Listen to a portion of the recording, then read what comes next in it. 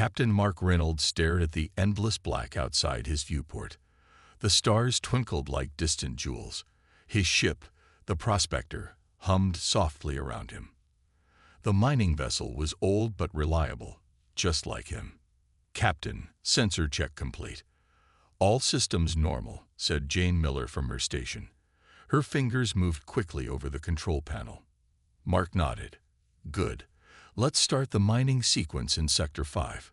The Prospector had been in the Epsilon Belt for 3 days now. The asteroid belt was rich with minerals and metals that Earth colonies needed. It was far from exciting work, but it paid well. "Tom, how are the engines holding up?" Mark called to his engineer. Tom Davis looked up from his screen. "Running at 87%, Captain. Could be better, but we'll manage." Mark smiled. Tom always wanted his engines to run at 100%, but in the 10 years they had worked together, Mark had never seen it happen. "Good enough for me," Mark said. "Let's get to work." The crew of 12 settled into their jobs. The Prospector extended its collection arms toward a large asteroid nearby. It was routine work, something they had done hundreds of times before. During lunch break, Mark sat with Jane and Tom in the small mess hall. "Heard the story about the luminary?" asked Bill, one of the younger crew members, joining their table. Mark sighed. New crew members always brought up old ghost stories. "The ghost ship." Jane smiled. "Everyone's heard that one." Bill leaned forward. "My cousin served on a patrol ship near the Omega sector last year. He swears they saw it. A ship that appeared out of nowhere, glowing with strange light, then vanished before they could reach it. The luminary disappeared 100 years ago," Tom said between bites of his food. "It was testing some new drive system that was supposed to be faster than anything before. Something went wrong, and it never came back.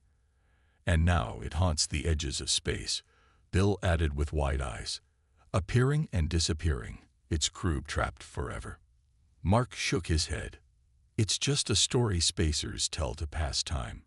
No different than old sailors talking about sea monsters." "But what if—" Bill started. "That's enough." Mark cut him off. "We have work to do after break. Save the ghost stories for tonight." Bill looked disappointed, but nodded. Mark felt a little bad for shutting down the young man's excitement, but ghost stories made crews nervous. Nervous crews made mistakes. 3 hours later, Jane called out from her station. "Captain, I'm picking up something strange." Mark walked over to her. "What is it?" "An energy reading. Very faint, at the edge of our sensor range." She pointed to a blip on her screen. "It's not matching any known ship signature in our database. Probably sensor interference from the asteroid belt," Mark said. "Run a diagnostic." Jane nodded and ran the check.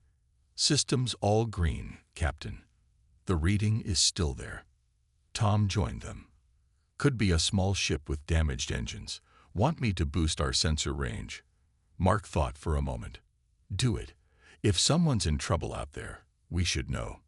Tom went to work adjusting their sensor array. The blip on the screen became slightly clearer. "Still can't identify it," Jane said. "But it's definitely artificial. Not an asteroid or natural phenomenon." "Any distress signals?" Mark asked. Jane shook her head. "Nothing on standard. Wait."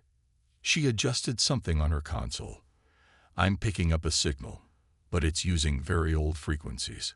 Almost nobody uses these anymore." She pressed a button, and a scratchy voice filled the bridge. "Require immediate assistance. Engine malfunction after jump. Coordinates unknown. This is Chief Science Officer Walker of the research vessel Luminary. If anyone receives this—" The message cut off into static. The bridge fell silent. "That's impossible," Tom whispered. "The Luminary disappeared 100 years ago." "I know," Mark finished. He felt a chill despite the bridge's regulated temperature. "Play it again." Jane replayed the message. It was the same. A distress call from a ship that had vanished a century ago. "Could be a prank," Mark said, not believing it himself. "Someone broadcasting on old frequencies for fun. Pretty elaborate prank, Way out here in the Epsilon Belt, Tom replied. Bill, who had been quiet at his station, spoke up. Sir, I think we should report this to Fleet Command. Mark didn't want to. Reports meant delays, and delays meant missing mining quotas. But protocol was clear. Unexplained phenomena and potential distress signals had to be reported. Jane, send the recording to United Colonial Fleet Headquarters. Mark it Priority 3. Yes, Captain. Mark expected Fleet Command to dismiss the report or send a routine acknowledgement. Instead, 6 hours later, they received a Priority 1 response.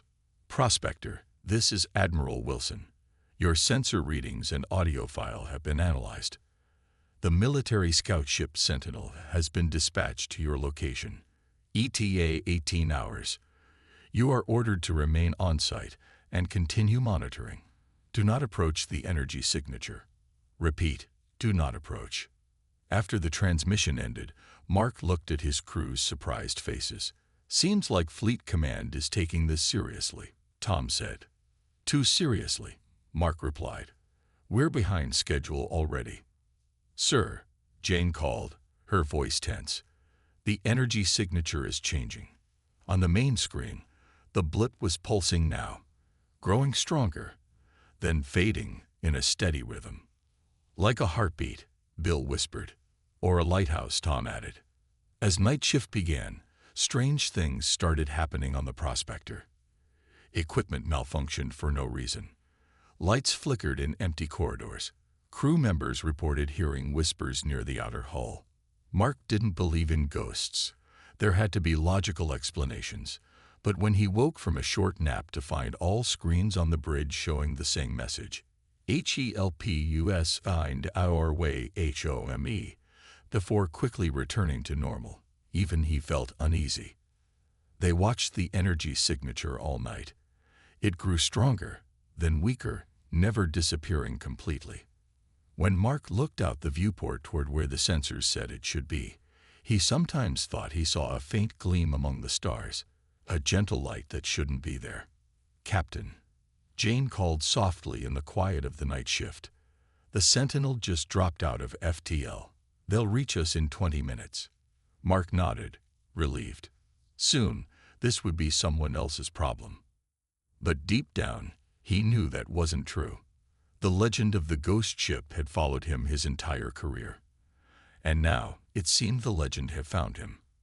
Outside, among the endless stars, the gentle gleam pulsed again, calling them, waiting for them. The ghost ship was no longer just a story. The Sentinel was smaller than the Prospector, but looked much newer. Its sleek hull gleamed under the distant starlight as it pulled alongside the mining vessel. Military ships always had that perfect shine, Mark thought. No dirt or dents allowed. Captain Reynolds, prepare for boarding, came the crisp voice over the comm system. Mark sighed. Docking Bay 1 is ready for your shuttle, Sentinel. 20 minutes later, Mark stood in the meeting room with Commander Lisa Reed from the Sentinel. She was tall, with short gray hair and the straight posture of someone who had spent their life in the military. Thank you for your report, Captain, Commander Reed said. She touched a button on the table, and a 3D map of the area appeared. Fleet Command has been tracking similar anomalies for the past year. Mark raised his eyebrows. Similar to what we found. Yes, energy signatures that don't match known ships, old distress calls, strange equipment failures. She looked directly at Mark. Fleet Command is taking the legend of the Luminary seriously now.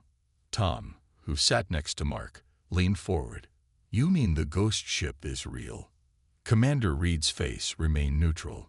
We don't know what it is, but sightings have increased in the last year. That's why I'm here. She pressed another button, and the map zoomed out. We need to set up a sensor perimeter around this area. If the phenomenon appears again, we want to track it properly. Mark frowned. How long will this take? We have mining quotas to meet. Your orders have been updated, Captain, Commander Reed said. The Prospector will assist the Sentinel until this investigation is complete. Your company has been informed. Mark wanted to argue, but knew it would be useless. When Fleet Command gave orders, Everyone followed them. "Fine," he said. "What do you need from us?" For the next 3 days, the two ships worked together to place sensor buoys in a wide circle around the area. The strange energy signature had disappeared, but Commander Reed was certain it would return. On the third night, during Gamma shift when most of the crew was asleep, Tom was checking systems in the engine room when he noticed something through the small viewport. A gleam of light, distant but distinct. Not a star or another ship. It seemed to pulse gently, like a heartbeat. Tom called the bridge immediately. "Captain, there's something out there." Mark, who had been unable to sleep, answered quickly. "What is it?" "I'm not sure." "A light. Different from the stars. Port side. About 30 degrees down." Mark turned to Jane, who was on night duty. "Check the sensors." Jane's fingers flew over her console. "Nothing yet."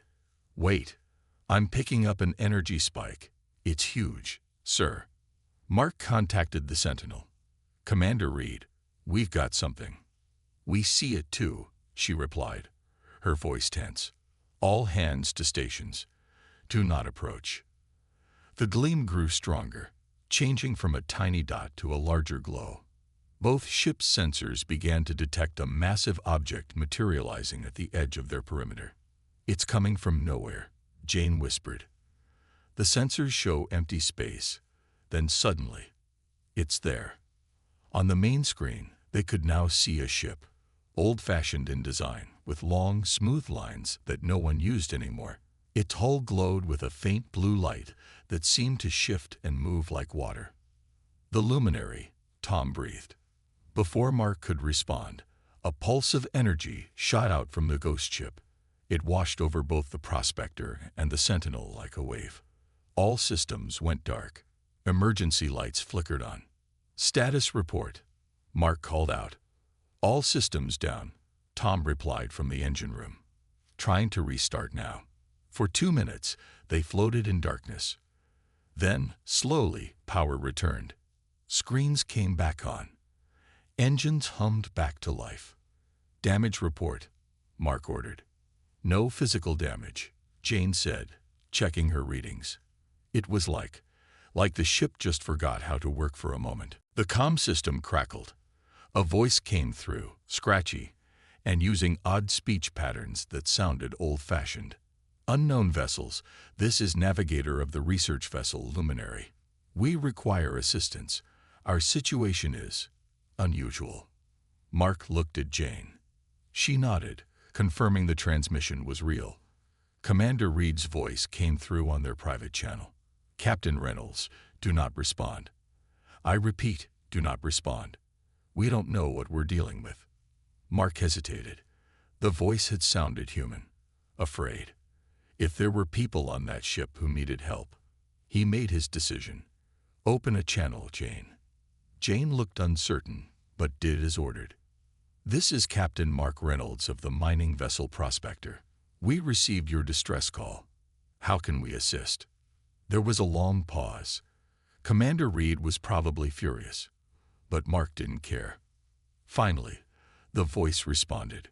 "Captain Reynolds, thank you for responding. Our situation is difficult to explain. We have been lost. From our perspective, only 3 months have passed since our experimental jump went wrong. But we have reason to believe that in your time frame, it has been much longer." Mark and Jane exchanged looks. "Yes," Mark said carefully. "Your ship disappeared over 100 years ago." There was silence again. "Then, that explains much. We have been caught in what our science officer calls a temporal fold. We phase in and out of normal spacetime. We never stay in one place or time long enough to find our way home." "How many of you are there?" Mark asked. 50 crew members, all still alive. Though time passes normally for us while we're in the fold." Commander Reed broke into the channel. "This is Commander Lisa Reed of the United Colonial Fleet Vessel Sentinel. I am taking command of this situation. Navigator, we need to verify your identity and status." "Understood, Commander," the voice replied. "Though I should warn you, we don't have much time. We usually remain in normal space for only a few hours before phasing out again. It could be days or years before we return, from your perspective. Commander Reed looked thoughtful on the video feed. We need to board that vessel. Is that wise? Mark asked. It's necessary, she replied. I'm assembling a team now. Captain Reynolds, I want you and Engineer Davis to join us. Mark wasn't sure if this was an honor or a punishment for disobeying her earlier order. Either way, he nodded. We'll be ready. As they prepared to board the ghost ship, Mark stared out at the luminary. Its gentle gleam seemed to call to him. After years of dismissing the legend, he was about to step foot on the most famous ghost ship in human history, and something told him that what they would find there would change everything they thought they knew about time, space, and reality itself. The shuttle from the Sentinel was small but sturdy. Commander Reed sat in the front with her pilot. Mark and Tom squeezed in behind them, along with Dr. Alan Grant, the Sentinel science officer. The doctor was thin and had kind eyes behind round glasses. The shuttle has special shielding, Commander Reed explained as they approached the glowing luminary. It should protect us from any energy pulses like the one that hit our ships. Mark watched through the viewport as they drew closer to the ghost ship. Up close, the luminary was both beautiful and strange. Its hull design was clearly old, following the curves popular a century ago, but it gleamed with a blue light that moved like waves across its surface. That energy pattern isn't in any of our records, Dr. Grant said, scanning with a handheld device. It's like nothing we've seen before. The shuttle pilot guided them toward an open docking bay on the luminary. The boarding tube extended and locked with a soft clank. Atmosphere reads normal, the pilot said. Temperature stable. Commander Reed stood. Remember, we stay together. No wandering off. We find the navigator, gather information, and leave. This isn't an exploration mission. They moved through the boarding tube into the luminary. Inside, the air felt strangely thick, as if it had weight. The lights flickered slightly. This way, Commander Reed said, following a map on her device. The bridge should be up ahead. The corridors of the luminary were clean but odd. Some parts looked exactly like a ship from a century ago, with old-style control panels and thick metal doors. But other sections had been changed, upgraded with technology that Mark didn't recognize. Some of it looked more advanced than anything he had ever seen. Look at this, Tom whispered, pointing to a section of wall where the metal seemed to flow like liquid, yet remained solid. What kind of material is this? Don't touch anything, Commander Reed warned. They reached a large door marked Command Center. It slid open as they approached. Inside was a circular room with control stations arranged around a central platform. A man stood waiting for them. He wore an old-style uniform with faded patches. His hair was gray, and his face looked tired but alert. Despite his appearance, something about his eyes seemed different. They had a depth that made Mark uncomfortable. "Welcome aboard the luminary," the man said. "I am Chief Science Officer James Walker. I serve as navigator now." Commander Reed stepped forward. "Commander Lisa Reed, United Colonial Fleet. This is Captain Reynolds and Engineer Davis from the mining vessel Prospector, and Dr. Grant, our science officer." Walker nodded to each of them. "You must have many questions." "More than a few," Mark said. "You said you've been trapped in a temporal fold." Walker gestured to the main screen on the wall. It showed a diagram of swirling lines and patterns. "Our experimental jump drive was designed to fold space, allowing for faster-than-light travel. Instead, it folded time." Dr. Grant moved closer to the screen, fascinated. "You're phasing in and out of normal space-time." "Precisely," Walker said. "We exist in what we call the fold, a space between normal time. For us, it's been only 3 months since the accident, but we appear in normal space at random points along the timeline." "And you can't control it?" Mark asked. Walker shook his head. "Not yet. We've been working on it. Each time we appear, we learn more. We see how technology has changed. We glimpse the progress of humanity across different years. Tom was examining a nearby control panel. These modifications aren't standard. I've never seen anything like them. We've had time to improve our systems, Walker explained, using knowledge gathered from our brief appearances in your timeline and others. Commander Reed's expression remained neutral. You said you have 50 crew members. Where are they? Most are in the living quarters or working in engineering. Would you like to meet them? Later, perhaps. First, I need to understand your situation better. Walker nodded. Of course. But I should warn you, we don't have much time. We usually remain in normal space for 6 hours at most before phasing out again. Dr. Grant looked up from his device. According to my readings, the energy patterns around the ship are already changing. I estimate less than 4 hours before they phase out. Walker led them through the ship, explaining more about their situation. They passed other crew members, all dressed in old uniforms, all with the same strange depth in their eyes. The crew seemed happy to see visitors, but also cautious. In the engine room, they saw the experimental drive, a massive sphere surrounded by rings that spun slowly. The light it gave off was the same blue glow they had seen on the hull. This is what traps us in the fold, Walker said. It was supposed to be our greatest achievement. Now it's our prison. Dr. Grant took readings. The energy output is incredible.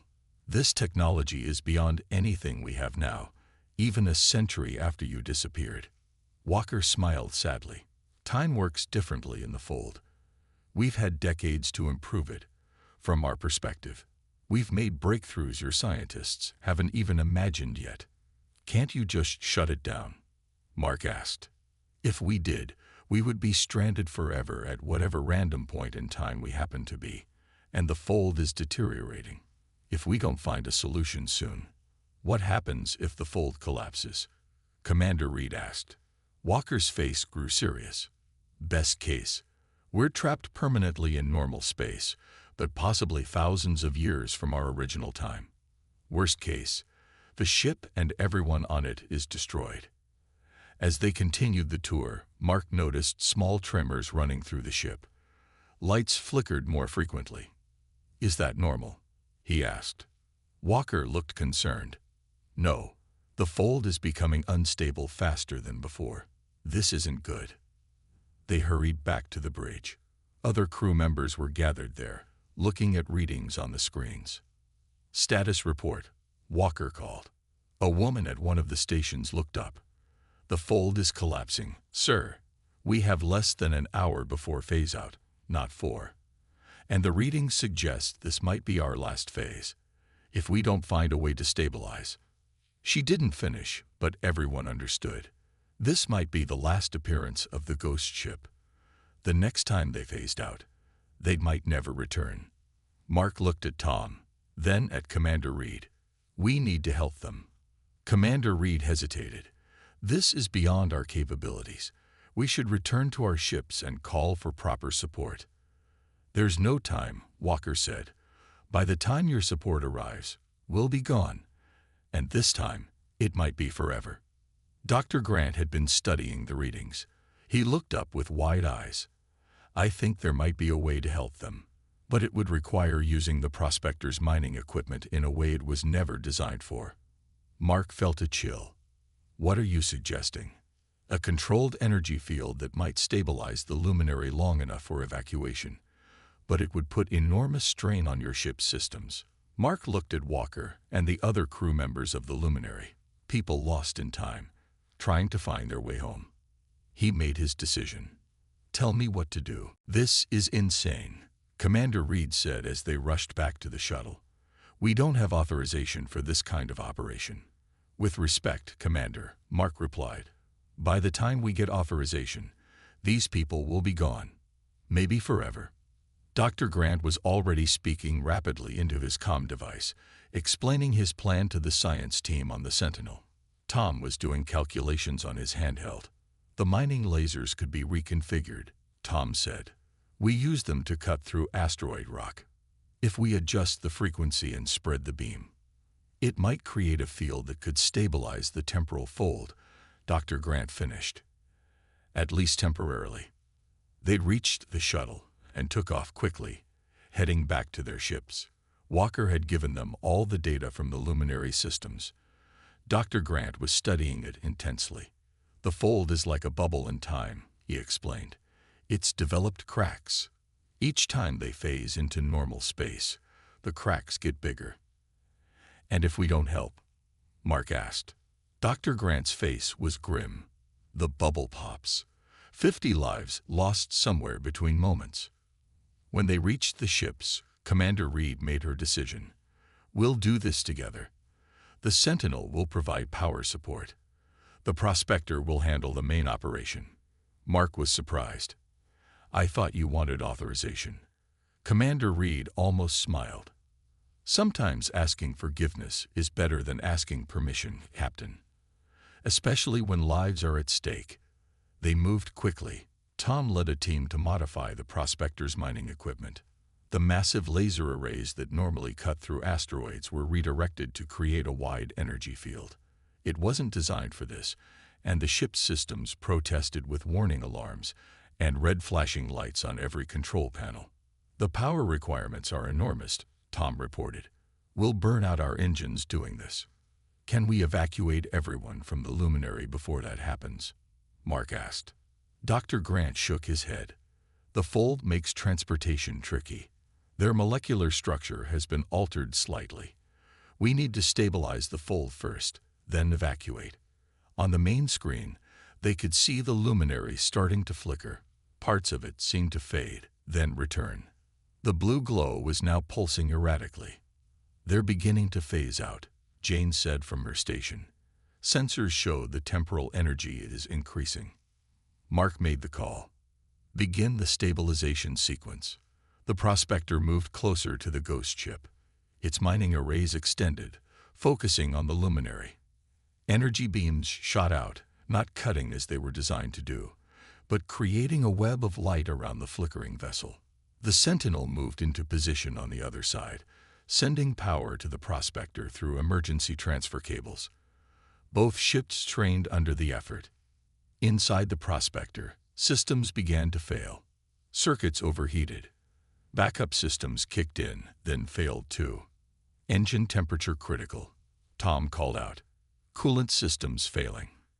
Keep it together, Mark ordered. Just a little longer. On the screen, they could see the luminary becoming more solid. The flickering stopped. The blue glow steadied. It's working, Dr. Grant said, excitement in his voice. The fold is stabilizing. Commander Reed's face appeared on a side screen. We're sending boarding teams now. Begin evacuation of the luminary crew. Shuttles from both the Sentinel and the Prospector moved toward the ghost ship. Each one returned carrying members of the lost crew. They looked confused but grateful, their eyes still holding that strange depth that Mark had noticed before. Walker was directing the evacuation from the luminary, staying behind to ensure everyone else got off safely.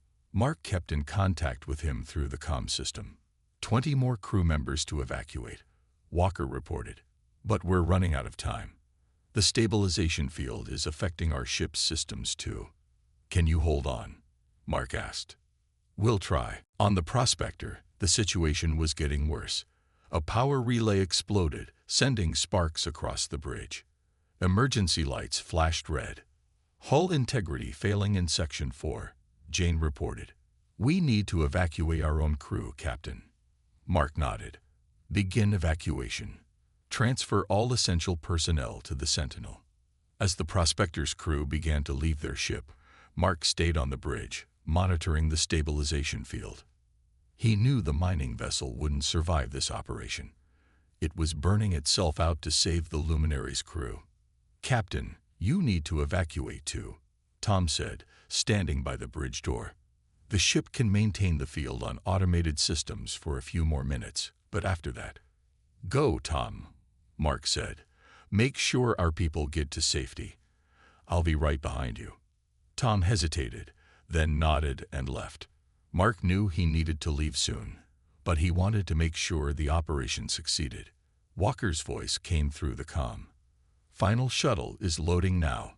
All crew except myself accounted for. Why aren't you on that shuttle, Walker?" Mark demanded. There was a pause. "Someone needs to make final adjustments to our drive system to ensure it doesn't collapse catastrophically when your field fails." Mark understood immediately. "You're not planning to evacuate." "I can't, Captain. My body has been in the fold too long. Dr. Grant's readings would have shown that.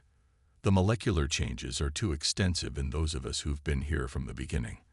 I might not survive in normal spacetime." Mark felt a chill. Walker was sacrificing himself to save his crew. "There has to be another way," Mark argued. "There isn't.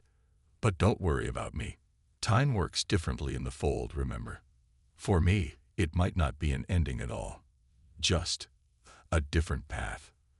A massive shudder ran through the prospector. More systems failed. "Field stability at 20%. The computer announced. "Critical failure imminent." "Captain Reynolds," Commander Reed's voice cut in. "Your ship is breaking apart. You need to evacuate now." "That's an order." Mark looked at the main screen. The last shuttle from the luminary was docking with the Sentinel. Almost everyone was safe. "Just a few more minutes," he said. "We need to maintain the field until Walker finishes his work." "Mark," Walker's voice came through, using his first name. "You've done enough. Your ship won't hold together. Leave now, while you still can." Another explosion rocked the bridge. A support beam crashed down, blocking the main exit. Mark realized he might not make it out either. "Well, Walker," he said, trying to keep his voice steady. "Looks like we're both taking a different path today." Mark, do you copy?" Tom's voice crackled through the comm system. Mark pushed himself up from the floor where he had fallen during the last explosion. Smoke filled the bridge of the prospector. "I'm here," he coughed. "Main exit is blocked. I'll try to reach the emergency escape pods." "Hurry," Tom urged. "Ship integrity at critical levels. You have maybe 5 minutes." Mark moved carefully through the smoke. Parts of the ceiling had collapsed. Wires hung down, sparking dangerously. He made his way to the back of the bridge, where a small ladder led down to the escape pod bay. "Walker," he called through his comm. "What's your status?" Walker's voice came through with static. "Almost done. The drive modifications are nearly complete. Once finished, the fold will collapse in a controlled way. No danger to surrounding ships." "And you?" Mark asked, climbing down the ladder. There was a pause. "As I said, a different path. But not necessarily an ending." Mark reached the escape pod bay, but his heart sank. The explosions had damaged the release mechanisms. None of the pods would launch. "Tom," he called, "the escape pods are damaged." "I can't." "Captain Reynolds," Walker's voice interrupted. "I have an idea. Can you reach airlock 3? Mark checked the ship schematic on his handheld device. "I think so." "Why?" "I'm bringing the luminary alongside your ship. If you can reach that airlock, I can dock and get you out." "The stabilization field," Mark started, "is failing anyway," Walker finished. "But it's done its job. My crew is safe. Now we need to save you." Mark made his way through the failing ship. More explosions echoed through the corridors. The lights flickered and died, leaving only emergency lighting to guide his way. 2 minutes until critical failure, the ship's computer announced calmly. Mark ran faster, ignoring the pain in his leg where a falling beam had struck him. He reached airlock 3 just as another explosion shook the ship. "I'm here," he gasped into his comm. Outside the airlock window, he saw the luminary moving closer. Its blue glow was stronger now, pulsing with energy. The ghost ship aligned with the prospector's airlock. Metal scraped against metal as the docking mechanisms engage. "Opening airlock now," Walker said. "Move quickly." The airlock door slid open. Mark rushed through into the connecting tube. He entered the luminary just as another explosion rocked the prospector. The docking tube tore away, and the airlock doors slammed shut automatically. Mark fell to his knees on the deck of the ghost ship. He had made it. Walker stood waiting for him, a sad smile on his face. "Welcome aboard, Captain." Again.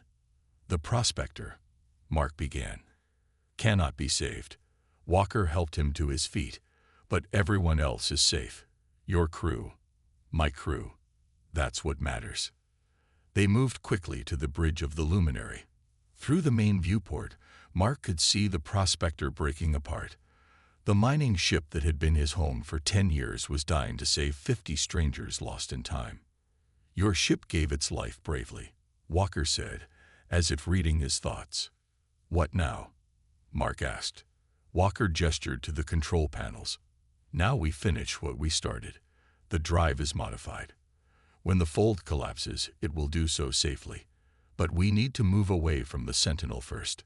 He worked the controls, and the luminary moved away from the dying prospector and the waiting Sentinel. "Walker to Sentinel," he called through the comm. "We have Captain Reynolds, moving to safe distance for fold collapse."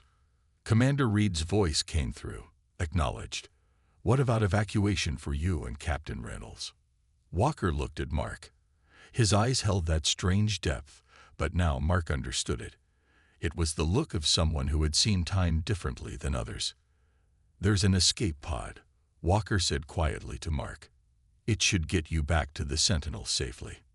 "And you?" Mark asked, though he already knew the answer. "Someone has to initiate the final sequence manually. The controls are temperamental." Mark shook his head. "There has to be another way." "You know there isn't." Walker smiled. "Besides, I told you, this isn't necessarily an ending for me." He showed Mark to a small escape pod at the rear of the bridge. As Mark prepared to enter it, Commander Reed's voice came through again. "Walker, our science team has been studying your data. Dr. Grant believes that when the fold collapses, it might create a new type of space-time phenomenon, a stable point that could serve as a navigation marker for ships in this sector." Walker nodded. "That aligns with our calculations as well. A good legacy for the luminary, I think." Mark hesitated at the escape pod door. "Let me stay. Let me help." Walker shook his head. "Your atoms haven't been altered by the fold, Mark. You wouldn't survive what's coming. But I've been changed by my time here. I might continue, just in a different form." The ship shuddered. The blue glow brightened. "Fold collapse beginning," Walker said. "You need to go now." Mark knew he was right. He extended his hand. "It was an honor, Navigator."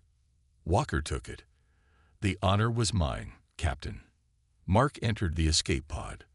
The doors sealed behind him. Through the small window, he could see Walker return to the control station.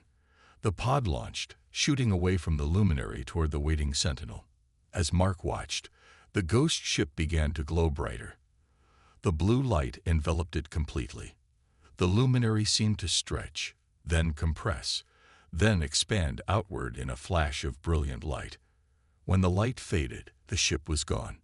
In its place was a small, gently gleaming point of light that didn't move like the stars around it. The escape pod docked with the Sentinel. Tom and Jane were waiting for Mark as he emerged. They hugged him tightly. "We thought we'd lost you," Jane said.